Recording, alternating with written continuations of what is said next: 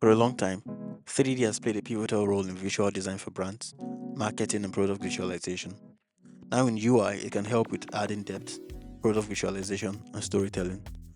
In this video, I'll be showing you how to prepare 3D for UI design, most importantly and most specifically, icon design. So, UI design may refer to the user interface for websites, for mobile apps, and the likes. And the purpose of this video is to show you how to design powerful visuals in 3D for UI design. So the first thing you probably have to do is to define if your brand has a 3D visual design language. And what do I mean by that? Brands typically would have specific ways of representing their icons in 3D. This icon set here is from Airbnb. This icon set here is from RiseVest. This icon set here is from Cash App. These brands all have different ways of representing their icons. And the first thing you do is to define if your brand has that. You can look up Behance inspirations to get started. Now let's assume you have your visual design set up. Now in this task, we've been asked to design an icon for this screen. It's a modal and it has a copy here. The square here is where the icon will fit in. It's 82 by 82 pixels. So it means we have a very small size to work with. The size is very important because we are going to be using this same size to render our image and also set aspect ratio. Now from this screen here, it says our bars aren't open right now. Now you typically would need to understand what they're trying to say in the copy so you can translate it easy to design. So from this screen, we are being told here that bars aren't open right now. What's a typical item to represent bars with?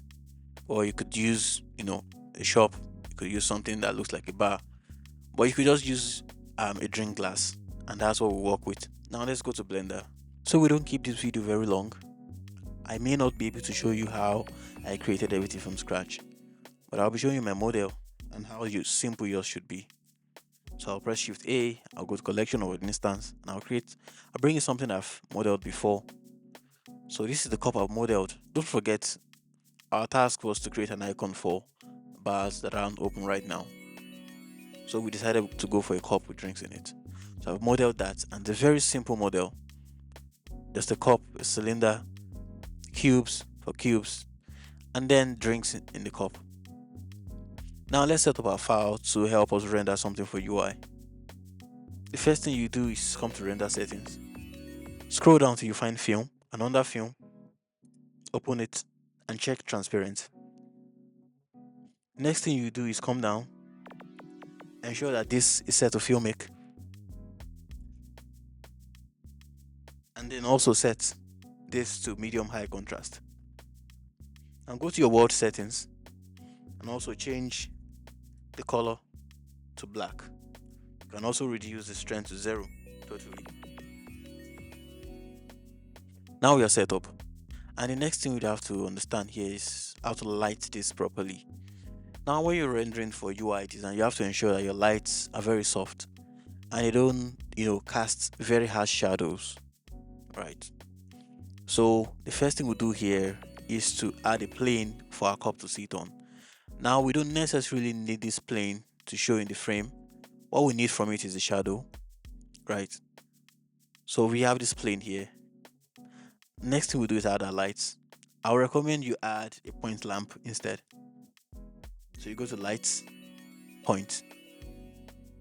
So we've added it. Hover your mouse on this and it shows you this cursor. Drag it out to increase the radius of this light. And then let's go to rendered view to see how this looks. Now it looks this way for me. It may look differently for you. But the point here is to drag this light to where we need it to work. So I'll drag this light along and I'll be back. Now my light is moved to where I want it to be, over here. I also added another one here to serve as some form of cue light, and I'll show you the settings of my light. So the first light here, the larger one, I have the power set to 200, I have the color set to white, and the radius set to 0.67. Now for the smaller light, which is just somewhere around here, I have the power set to 25 watts, and I have the radius set to 0.33. Now the size of your model may affect how much light is reflected on it. So adjust to your needs. So we have a light setup. The next thing we need here is a camera. But before we do that, we need to set our aspect ratio. So we come to output on the right hand side here. Click on output here. And we set the X value here to 1920 and the Y value here to 1920. Why? Because remember in our task, we were asked that this is the part where the image goes.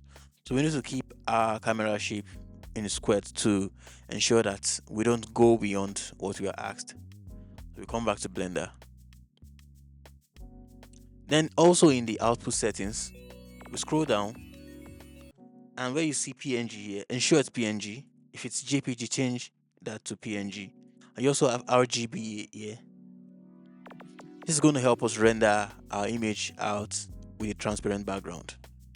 Now let's come back to our scene and add the camera. So to add the camera, I'll say Shift A, camera. And our camera has been added. What you can do now is, go into your camera view, right?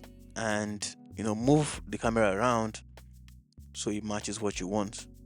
Now the next thing I'll do to this camera is go to the camera settings and I'll change the camera type from perspective to orthographic. Now from orthographic, it seems too far out. What I'll do next is reduce this orthographic value. I can hold down shift so I can move, as fast or slow as possible. Now if you see your camera clipping, that means your camera is too close to your scene or to that object, so you can move that out. So as you can see here, my camera is too close to my object. I'm going to adjust that and I'll be back. So I'm almost done with adjusting my camera, but I'd like to show you something. So while in orthographic view, to shift the camera or make the object bigger from the camera view, you can reduce your orthographic value. So as you can see, as I reduce it here, it grows wider, grows bigger. Now, because we're going to be capturing this shadow, we have to ensure that our view is also picking up the shadows. So we are not just rendering the image, we are rendering the shadow along with it. So I've moved my camera to where I want it to be. The next thing we'll do here, come to solid view and ensure that our plane is clicked. This large plane we added here, we click on it and we go into shader view. Shader editor, you can access that from the top left by splitting this area into two, and then you scroll and you click on new to create a new material. Now in this new material, bring the color down to about this point here, right? And then the roughness should be about 0.65 and alpha value should be around 0.68. Enter. And then we can go back to our rendered view and go to our camera view. Now the next thing we'll do here is to scroll down. We go to this output section, this orange icon here. You possibly be here. Scroll down and make sure you find visibility. And under visibility, you see something called shadow catcher here. So it means that this plane, we want to use it as a shadow catcher. So you check that. And when you check that, if you check your scene here, all of this area will be transparent. Now, the alpha here is going to control how dark you want the shadow to be. The higher this alpha value goes, the darker the shadow would be. Because we are using this assets on the UI, we need the shadow to be as subtle as possible, because the icon isn't the main message, it's just helping, with metaphors and telling the story about what we are trying to say. So with every of our setting in place, we'll render. I'll be back after rendering this.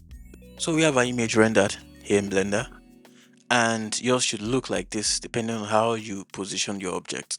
So we have a lot of transparent areas around our objects, and the object is here. The reason why we have this area is to catch the shadows here, which you'd notice when we import this to Figma. So let's go to Figma to work on this and use this as we've been tasked to. And so we have our design here, our UI. I don't want to ruin this designer's UI.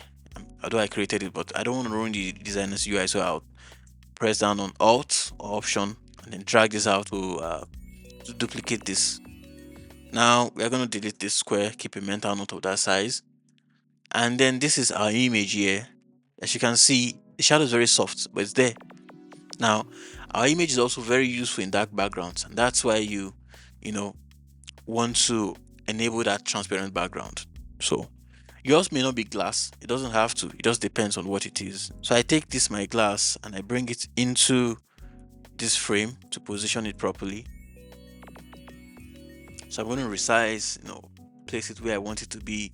This might take you some time depending on how much how confident or how familiar you are with using working with objects like this. So what you notice here is that we have a lot of cutoff here, and that's because, remember what I said, you need an area wide enough to catch the shadows, but unfortunately for me here, I wasn't able to. So one thing you can do is to mask out that part by drawing a rectangle on it. But this rectangle will give it an effect. So you come to the bottom here and create a layer blur effect. I'm going to give it like I'm going to increase that value to around let me give it 16. So 16 there, right? I'll right click on the rectangle, send to back, right? I'm going to send to back, and I'll select the two of them. I can hold down Control or Command if you're on Mac. Select these two objects, and what I'll do next is to go up here and say use as mask.